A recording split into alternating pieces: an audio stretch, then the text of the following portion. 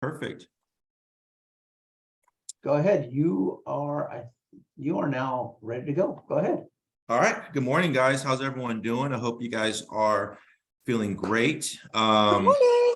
Morning, Chrissy. Hey, Chrissy, real quick. Sorry, this isn't a market update, but how is it going with Hannah and Harrison? We are shopping. We're shopping like a villain. All right, cool. They're nice. They're nice people. I know they're some first-time buyers, and but I'm glad that they were able to kind of bump up their budget a little bit and help with that purchase price. So I know you're taking care of them. Yeah, we're heading out again early Saturday morning because I do open houses on the weekend.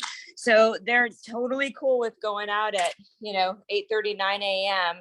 to hit the vacants, and then as soon as 9 o'clock hits, then we hit the the owner occupied homes. But I think we have 8 houses on our list for Saturday.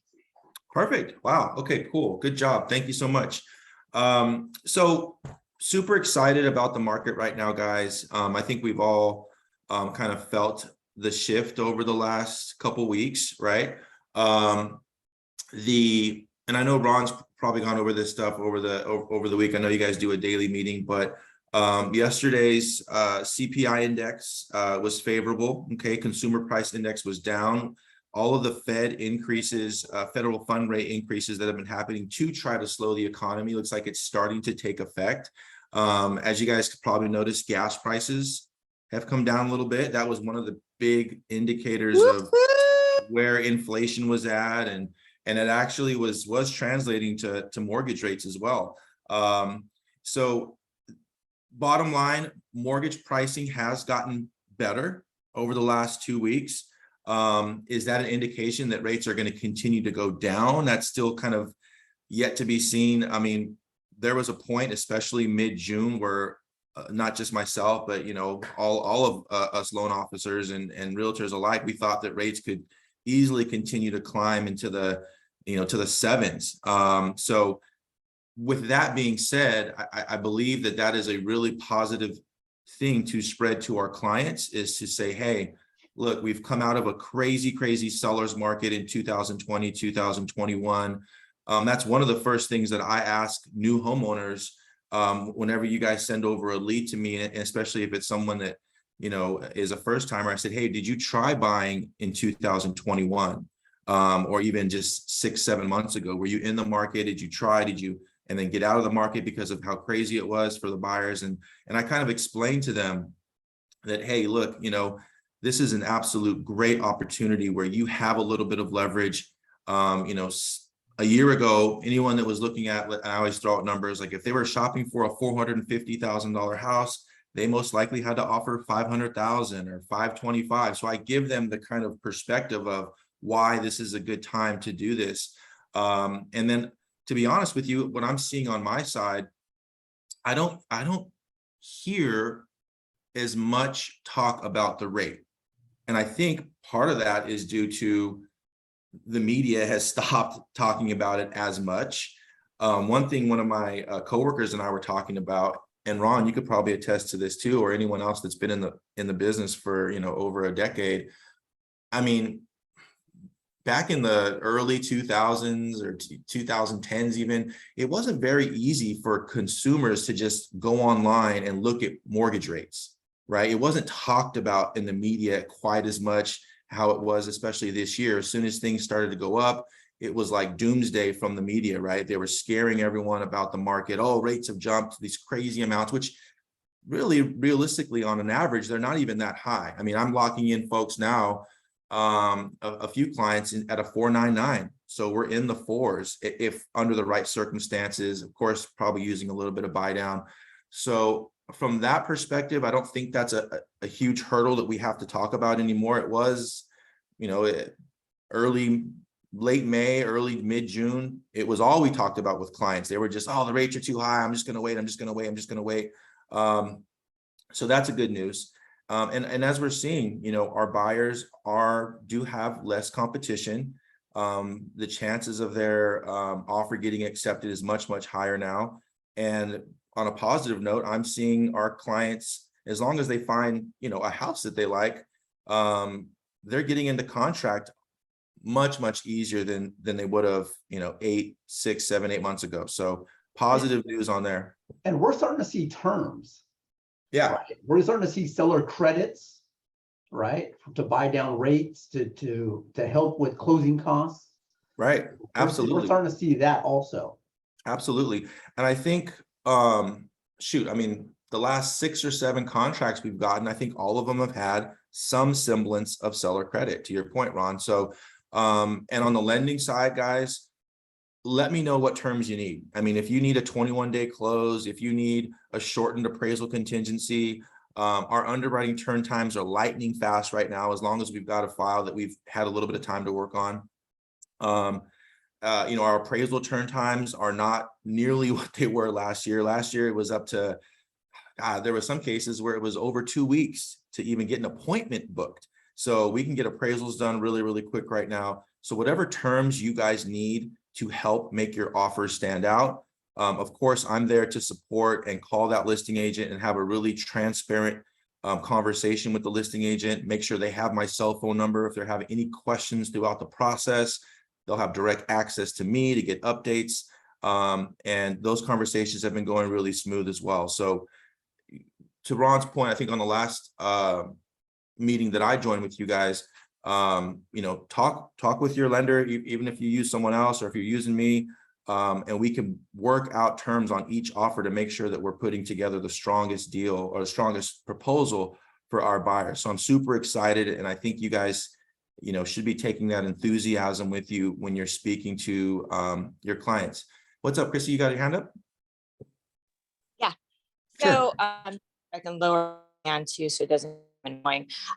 For those of you who haven't used Josh, I'm going to embarrass you and your employees real quick. Josh, I was so impressed. My client called me. She said, "Oh my gosh, Josh and his team sent me cookies," and that was so sweet of them. I really thought that was amazing. But then it was, "Oh my gosh, Josh and his team are constantly updating me. They're so polite. They're so professional and helpful." But what I love also, Josh, is it's not a one-sided thing. Your team is constantly updating me on what's going on with my clients. And I've never had that with any lender, the consistency. It's almost every other day. And I really appreciate that, because it gives me peace of mind knowing my clients are taken care of. And I so appreciate that. Thank you so much. I really appreciate that. That is one of our main goals, right? Like, what can differentiate us from everyone else, whether it's real estate, whether it's lending, and how we treat the people that we work with. And don't get me wrong, it's all part of a plan, right? Like, we want to give them an experience to where we can create more referrals off of that one lead. So when you guys are sending business over, we want to try and create more business and refer that back to you. That's the goal. And so some of the things that we do, if you guys have ever read a book called The Power of Moments, is you want to create these little moments throughout this home buying process that are going to be memorable for them, right? Like, they're not going to remember or like probably the fact that they had to gather up all their bank statements and W-2s and pay stubs. I mean, the lending side, like Ron likes to refer to it as the necessary evil, right? It's not the fun part of buying a home. But so we try to give them moments where it's like, oh, this is fun. So when someone gets pre-approved and we finally approve them, we'll send them over, some crumble cookies. It'll say like, hey, you're one smart cookie for working with us, and Home Buyers Realty. And we try to co-brand as much as often. And we have little points throughout the process. We try to do a signing day celebration when they come to the office, and we have balloons set up and a bottle of champagne, because typically we're not the ones handing over keys. That's also a moment for you guys as realtors where you can do certain things to stand out and make this experience memorable for them. So thank you, Chrissy, for the compliment. And our lead follow-up, that's one of the things that we try to do when you send a lead over, is as we're having touch points and conversations with these folks and trying to get them approved and get them in the office or get documentation, we update you guys. We send these lead update texts. Usually it goes into our CRM, and then it says, hey, do you want to share this update with a realtor? And that gets sent out to you guys, so you know that we're working those leads and we're actively trying to make sure that nothing falls through the cracks. Hey, Josh, I want to go back to something you were saying earlier. I was trying to think of an analogy that we can use to help people. And you were talking about like last year, it was so painful, like you're spending 50, 75,000, 80,000 over asking price. Everyone was trying to jam themselves into these houses. I remember the waiting lines to go into an open house during the pandemic. Remember those days? Yes, it was crazy. And so I was thinking like, I wonder if this analogy would work. And this is the way my mind thinks. And this is like when Eva and I walk, we're always like, oh, what about this analogy? And then we'll kind of work it together. And I always think about the day after Thanksgiving. What happens? Black Friday. Everyone's going to the stores. It is a madhouse. Right. And that's what we've been in. But think about the day after Christmas. Imagine going shopping the day after Christmas. What happens? It's easy. It's mellow. Everything's on sale. You can actually, get something done. And I'm thinking, does that analogy resonate with any of you guys? Because everyone was going when everyone was doing that at one point, and the prices they were fighting over this. I mean, there's actually videos of people fighting to get into houses. Remember, like these people took too long. They only had 15 minutes, and they took 30 minutes, and I couldn't get in. Now you don't have that same fight. Right. Absolutely. I think that's a great analogy. I think that's perfect to give them that perspective, especially if they've just entered the market right now, didn't even experience that and know how, I don't know if lucky is the word, but how beneficial it is to buy right now that they don't have to deal with that. Right. Yeah, because I mean, I'm thinking like, a year ago, it was, you couldn't even think about it. Like you saw that house, you better go home and write that offer now. You're going to be over asking, and you better be really strong. You can't ask for any terms. You weren't just paying price, you were paying above market value with no terms, no inspections. You took all the risk. And how anxiety inducing was that for even the most seasoned home buyer? I'm sure, especially a first time buyer. Do you think that was a fun process for most first time buyers? Okay, so all of you guys were doing this last year. What else can we help mastermind so we could talk about this? So when you're talking to your today's client, like this is what the experience was last time. Like I remember seeing, lines, people 20, 30 people deep, right? You had 15 minutes to get in and out. There's 20, 30 offers, and all they cared about was highest price. Who's going to come in with no inspections? Who's going to have just cash? I couldn't ask for anything, and I had to give 2 months free of rent back. Remember all the things that we had to do just last year. Yeah, you couldn't even move into the house that you bought right away. You had to wait and give the sellers all the time to move out or find their new property. It was wild. What was the worst thing that you had to offer to get accepted, or you offered and still didn't get accepted? Can anyone top any of that stuff? 3 months free rent back. At what dollar amount? $3,000 a month? I would say, yeah, around $3,000, and they conceded and they got into the house, but it hurt them. But And they want. this is the stories we can tell today.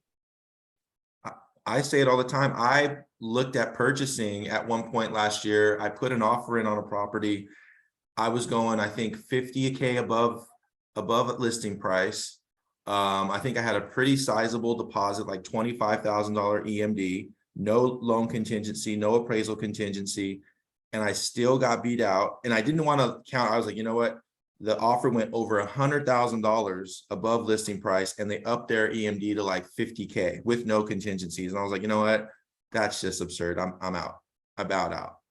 Does anyone have a story that they were trying to buy last year for someone offering 75, 100K over, waited, and now they bought and they are so much more happier today? I bought mine last year, my own, at 505. So I went like 25 over asking, removed all contingencies that I could deal with, knowing it was an FHA loan. But one thing I didn't tell on my story was it still had tenants. So I bought it with tenants. I said to gamble it, but the guy at the very last moment took the money he was thinking about crediting me for the amount of damage in the home and gave it to the tenants. He gave the tenants $8,000 at the last minute because he thought I was going to cancel even though I removed everything. He just didn't look at his contract. He had me, but he got out of there. So yeah, we had tenants in there and they were there for 5 weeks. They would have been there 5 weeks after close, and then he just at the last minute he moved them out. But otherwise, I was going to have a house of tenants in there, and they weren't paying the rent then. Now, see, these are the kind of stories when you can tell your today's buyers why it's okay to buy now. Here's what they had to go through last year. And it was a complete seller's market.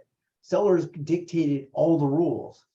Today's buyers, you guys actually can control some of the process, some of the terms, some of the price, right? Last year, you couldn't do any of that. You just had to go way over. And to create some urgency, we don't know how long this window is going to last right now, this current window, right? If, let's just say, there's talks about a soft recession now, or, whatever the case may be, but let's just say that mortgage interest rates do end up coming back down, maybe into the low 4s, high 3s, which I would love. I mean, that'd be crazy again, but do you think that's going to create more demand from the buyer side if interest rates get lower and payments get more attractive? It will, right? So rates come back down. Well, I don't know if we go exactly back into that kind of market like 2021, but it can get more competitive. It can get more where the sellers are a little bit more choosy, have a little more leverage because there's more demand, there's more buyers in the market because of, interest rates have gone down and it's a cheaper payment for you. So that's some of the things that I use as well when talking with folks to create some urgency is like, hey, look, this is a great window, especially coming from 2021 and tell some of those stories. So, and it just, again, it gives you a little bit of credibility being that you went through that market and you're able to share that knowledge and experience with your buyers. The other thing that we didn't mention, what was the inventory like? You didn't have a lot to choose from. You had so few homes to choose from. Today, you actually have more choices. Like most people were buying houses last year, and they weren't buying houses that fit their family structure. They were just buying what was available, and they made their family work with it. Now you're actually buying for what is important to you because you actually have choices today that they didn't have last year or the year before. Am I off on this? No, you're right. This is the time. I think this is a great window for us, and we should be super enthusiastic and lay all those touch points out to our clients so they understand like, oh wow, we need to take advantage of this time and get this done. And I think it's the way you're going to phrase this, right? Man, if I had to choose buying today or buying last year, I would take today. And here's the reasons why. Right? Like I have more options. I can actually negotiate terms. I can negotiate price. I think today's a better buyer than it was last year. 100%. Yeah. So I think the media is telling you one thing, and a lot of people are saying, oh, but I think if you guys can get that script down, have those analogies down, have those examples down, you're actually going to do your clients a favor because most people don't think this is a good time. But if you can actually point it out why today is a good reason for doing this, it makes a world of difference. So Josh knows this. I don't think most of you guys know this. But the last couple of days, I've been working on a video series of how to buy a house. And what is the whole thing? I used to teach at a nonprofit, like, I don't know, 10 years ago, home buyer seminars. So, I think John and Justin, or Steve and John and Justin, you guys all have been through the BMR classes. And in order to qualify for BMR, you have to go through a nonprofit and get certified that you know how to buy a house, and you work on your budget and what is a loan and what is the process. So I just took that education and I decided, let me just make a class out of this, bring some real value to buyers. And the thought process behind it is I'm just going to use some automation, but I'm just going to teach. And that's always been our strength is education. If you guys can educate people and show them why today's a better value than last year, I think a lot of people are going to listen to you because you're coming with a different perspective that they have not learned. And you're going to have the examples to resonate with that and show them. And people are going to go, oh, today's actually a pretty good day. Today's actually a pretty good day. I know there's times when I failed and I thought, oh, that's like the worst thing in the world. Like, I think a couple of weeks ago, I shared my story of being really sick and having to, shut down, having a mortgage business. You know what? That was actually one of the best things that happened with me. But it took some time for me to figure that out. Like, you're right. You have a great business. Everything's good. I had to shut that down. Me and Eva had to work together. But now I don't have a commute anymore to Pleasanton. That hasn't gotten easier, right? We would be running two separate businesses. Now we actually put all our energy into one. I don't have to commute. I'm actually part of my community. One of the things that was like the worst things that happened to me in my life ended up being one of the best things that happened in my life. I think buyers need to hear that. Like, you missed out last year, but you actually kind of avoided a big pitfall. Here's actually one of the best things that happened, right? I mean, I always think like sometimes, people always talk about, oh, I left for work late and then all of a sudden they realize there was this huge accident on the road. And if they would have left on that time, they would have been part of it. Different perspective. I think if you can teach people that, they're going to be a little bit like, oh, thanks. I didn't think of it that way. Yeah, absolutely. Good. Go ahead, Rebecca. I was going to say that's good. I typically, when I meet with buyers and we start looking at houses, I kind of share this story. When we were looking for a house, I really loved this house. It was in Fairhaven, and it was like, oh my gosh, my dream home. We didn't get it.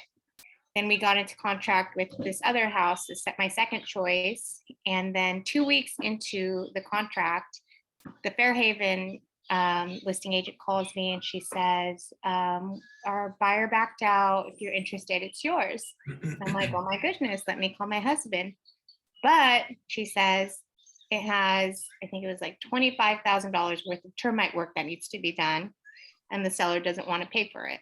So you would have to come out of pocket. And that just, changes everything. And we obviously declined.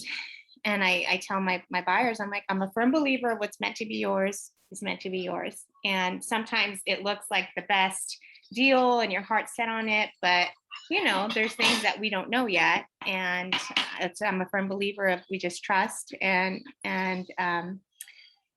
what's going to be yours is going to be yours, Absolutely. And Rebecca, I think you're right. Make this personal. Make this personal. Talk about your experiences. Talk about your clients' experiences. People don't know. They're learning from you. Make it, real estate's a very personal, and talk about that. It really does help people. Most people would never talk about, things that bad happen to them. But I found the more I talk about the bad things that happen in my life, my failures, the more I'm more relatable. Like, one of the things I do really well is I work with people that have gone through bankruptcies, short sales, foreclosures. Guess what? I've been there. And look, I'm still surviving. I'm actually doing better. Sometimes you had to do some things. It sucks. At that time, it sucked. Guess what? Hey, my family's still intact. We moved on. Our health is still there. And I just bring out, here's the big things that happened, right? A house is just a house. A home is where my family is. So I was talking to people when we had to foreclose on them because I was representing 35 different banks. I'm like, hey, look, it's just a house. This is replaceable. And I used to use this analogy. If there was a fire in your house, what do you care about? Did my family get out? Because guess what? That house was completely replaceable. But your children, your spouse, not replaceable. And people resonated with that. right? And I used to say that if you got into a car accident, if you were at work and your family, your spouse called you and said, hey, we got into a car accident, what did you think about? Did you think about your car first, or did you think about your family? People understood that message really quickly when it comes down to it. So resonate. I mean, just find analogies that people can resonate with. It'll help you guys. Yeah, sharing your pain, and man, that stuff helps with your guys' conversion ratio, especially if you're dealing with internet leads, Zillow leads. Folks don't know you from Adam. Hey, you got to figure out a way to get them to stick with you. I know it's tough sometimes when you want to try and build that rapport and make sure that they're going to work with you guys. Hey, real quick, we only have a few minutes. I wanted to share something with you guys really quick on the interest rate side of things. I mentioned earlier that it's a lot easier for consumers to access information online now, right? Type in current mortgage rates or whatever, and something will pop up. So one of the leading, as we all know, faces of everything is Quicken Loans, right? People always say, okay, Quicken Loans, Quicken Loans. Let me see here. If I can click on it. This little bar up here is messing with it. How do I change that bar? Oh, there it goes, Quicken Loans. So Quicken often pops up when a lot of folks look at mortgages and look at interest rates. And this is something I actually use this. I actually go to Quicken Loans website when I'm with clients and doing my consultation with them, just to compare. And I want to show you guys how off they are. Now, I don't know if you guys have worked with Quicken Loans, and most of you have at one point or another. A buyer, We try not to. yeah, a buyer We're was so already against it. approved with them, and whatever the case may be. But check this out. On a 30-year fixed FHA loan, this is today on their website, they're quoting a 5.75 with a cost of 2 points, 2 buy down points. Okay, that is terribly off. And we have actually done some interest rate restructuring at Summit. The market has compressed. We, need to stay on top of our pricing. So if you look at the rate sheet today on an FHA loan, this is just a 660 credit score. So not even like a, great credit. With the same cost, if we were to charge someone 2 points, we're down at a 4.5% for 2.1 costs. Wow.